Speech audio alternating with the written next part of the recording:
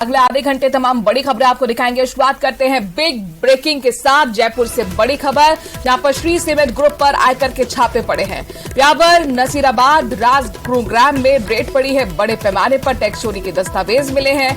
Books और account में दरअसल भारी अनियमितताएं पाई गई थी। आयकर विभाग के वरिष्ठ अधिकारी अब पहुंचे हुए हैं। ब्यावर प्लांट कारोबार में ये जो अनियमितताएं सामने आई उसको लेकर अब पूछताछ चल रही है।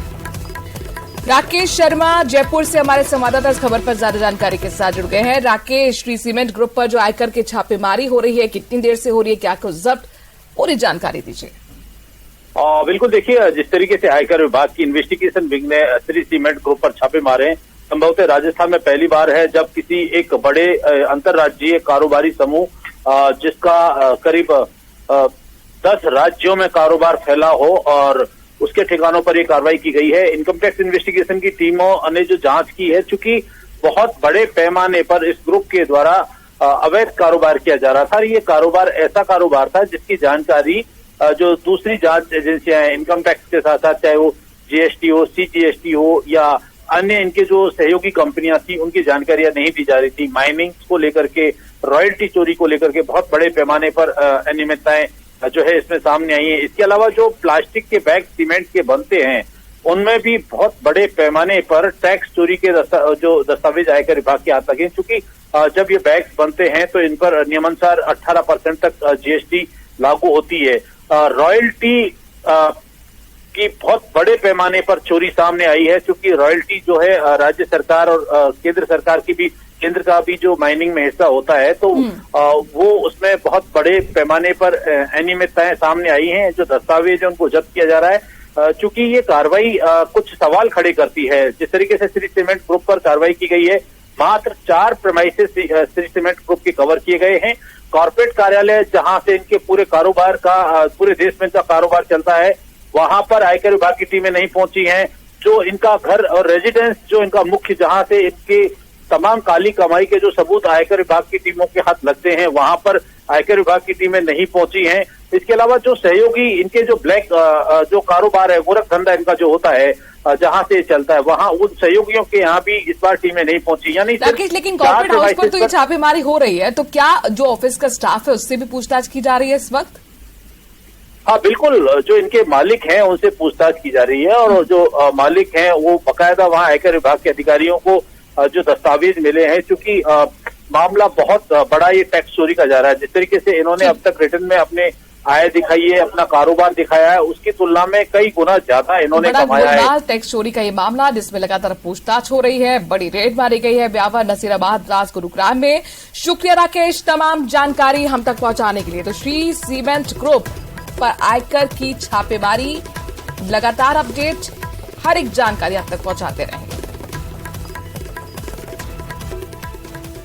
और इस वक्त बड़ी खबर जयपुर से ही आ रही है। मंत्री बीडी कल्ला का बड़ा ऐलान। मंत्री बीडी कल्ला का कहना है कि मैं चुनाव लड़ूंगा, मेरी सीट पर ही विनिंग कैंडिडेट मैं ही हूं। मेरे सामने उतारने के लिए बीजेपी उम्मीदवार नहीं है। चुनाव लड़ने के लिए मैं अभी पूरी तरह से फिट हूं। तो देखिए, चुनावी साल और यहां पर अब दावे की बात शुरू हो चुकी है। मंत्री बीडी कल्ला का चुनाव को लेकर बड़ा ऐलान आया है। उनका कहना है कि मैं चुनाव लड़ूंगा, मेरी सीट पर मैं ही विनिंग कैंडिडेट हूं। मेरे सामने उतारने के लिए बीजेपी के पास उम्मीदवार ही नहीं है। चुनाव लड़ने के लिए मैं अभी पूरी तरह से फिट हूं। सुनिए क्या कह रहे हैं बीडी कल्ला। चुनाव लड़ूंगा मैं विनिंग कैंडिडेट हूँ और काम कर रहा हूँ आपके सामने।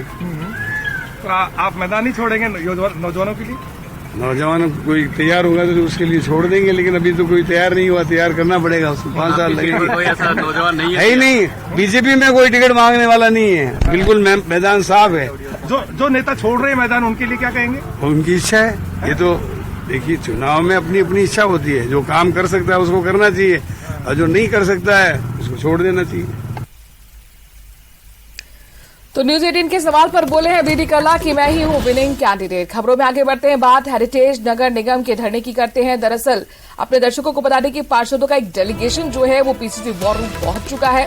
डेलीगेशन के साथ महापौर परेश गुर्जर मौजूद हैं। कांग्रेस प्रभारी रंधावा से अब बातचीत होगी, मुलाकात होगी। चूंकि पूरा जो मसला है वो रंधावा तक भी पहुंच चुका है। बाकायदा मेयर की तरफ से आपने देखा था किस तरीके से पत्र के जरिए मुख्यमंत्री से गुहार लगाई गई, रंधावा से गुहार लगाई गई और मांग की गई कि हमें न्याय दिया जाए। और अब ये डेलीगेशन आप देख रहे हैं जो मेयर के साथ पार्षदों का है वो पहुंच चुका है पीसीसी वॉर रूम। यहीं पर मौजूद हैं कांग्रेस के प्रदेश प्रभारी रंधावा और इस पूरे डेलीगेशन की बातचीत जो हेरिटेज नगर निगम में धरना पिछले कई दिनों से चल रहा है उसको लेकर होगी। दरअसल यहाँ पर पार्षदों और मेयर की मांग यही है कि जो अतिरिक्त आयुक्त हैं उन्हें निलंबित किया जाए।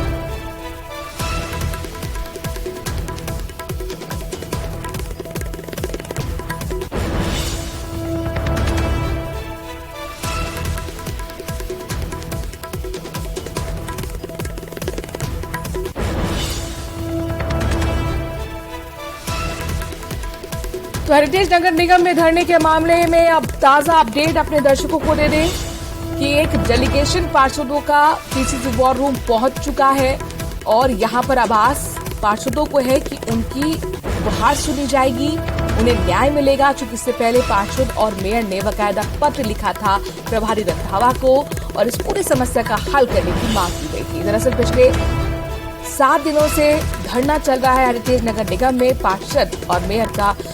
बाबूलाल हमारे संवाददाता इस खबर पर लाइव हमारे साथ जयपुर से जुड़ गए हैं। बाबूलाल, ये जो मुलाकात की बात हो रही थी कि भाई आप रंधावा से गुहार लगाई गई, गुहार तो पहुंच गई है, मुलाकात कितनी देर में होगी और क्या उम्मीद करें अब इस मुलाकात से? क्या कोई हल निकलेगा जो पिछले 1 हफ्ते से हमें दिख रहा है डेडलॉक बना हुआ है सरकार के बीच में, पार्षद और मेयरों के बीच में?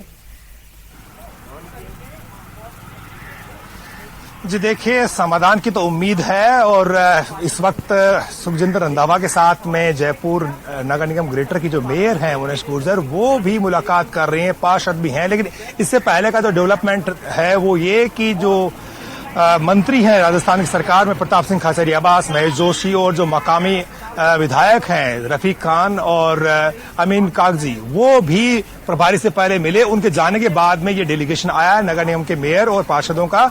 बात इस वक्त चल रही, समाधान की कितनी गुंजाइश है महेश बताएंगे। महेश, क्या खबर है भीतर से? देखिए, 1 सप्ताह का वक्त होने जा रहा है। हेरिटेज नगर निगम में जो सियासी घमासान मची हुई है वो अब वॉर रूम तक पहुंच गई है। सरकार से गुजारिश की गई थी हेरिटेज महापौर द्वारा, लेकिन जब तक बात नहीं बनती देखी तो फिर प्रभारी को उन्होंने खत लिखा था और कल भी एक प्रतिनिधिमंडल यहां मिलने आया था।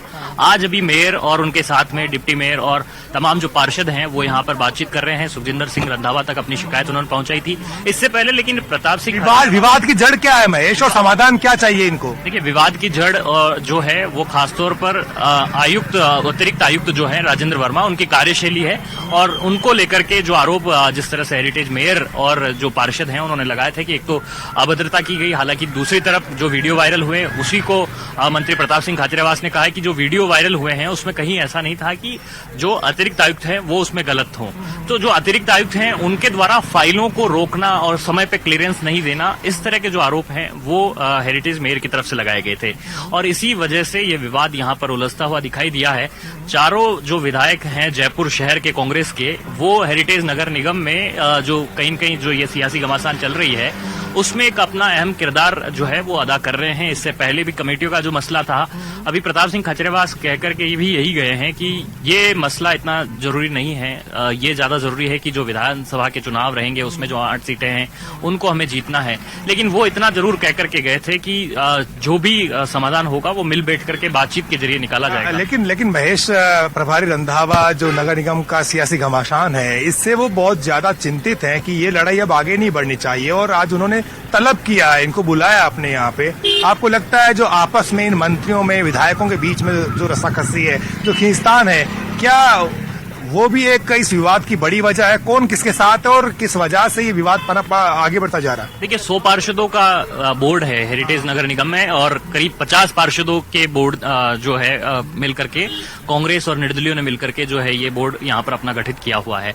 तो निश्चित रूप से अभी कुछ समय बाद में विधानसभा के चुनाव होने वाले हैं और ऐसे में अगर कांग्रेस के जो पार्षद हैं वो एकजुट नहीं रहते हैं और अगर उनमें धड़ेबाजी, यहाँ पर गुटबाजी जो नजर आती है तो इसका खमियाजा आगे चल करके कहीं पार्टी को भुगतना पड़ सकता है। इस लिहाज से सुखजिंदर सिंह रंधावा जो है उन्होंने भी इस मामले पर गंभीरता दिखाई है। जी। मेयर को बुलाना और तमाम पार्षदों को बुला करके बातचीत करना आज एक सप्ताह के बाद में। अधिकारी भी आए थे महेश, तो जो अधिकारियों में जो और जनप्रतिनिधियों के बीच में जो टकराव है, क्या आपको लगता है शांत हो जाएगा रंधावा की दखल के बाद? देखिए, कुछ अधिकारी आए थे, मुलाकात यहाँ पर करके गए। जब हमने उनसे बातचीत करने की कोशिश की तो उन्होंने कहा कि वे चलिए बातचीत से शुरुआत तो हो गई है, लेकिन अब देखना होगा कि क्या समाधान निकलेगा इस समस्या का। जो एक हफ्ते से लगातार धरना चल रहा है वो खत्म हो पाएगा या नहीं। महेश, आपका भी बहुत बहुत शुक्रिया। बाबूलाल, आपका भी बहुत बहुत शुक्रिया। दोनों वरिष्ठ सहयोगी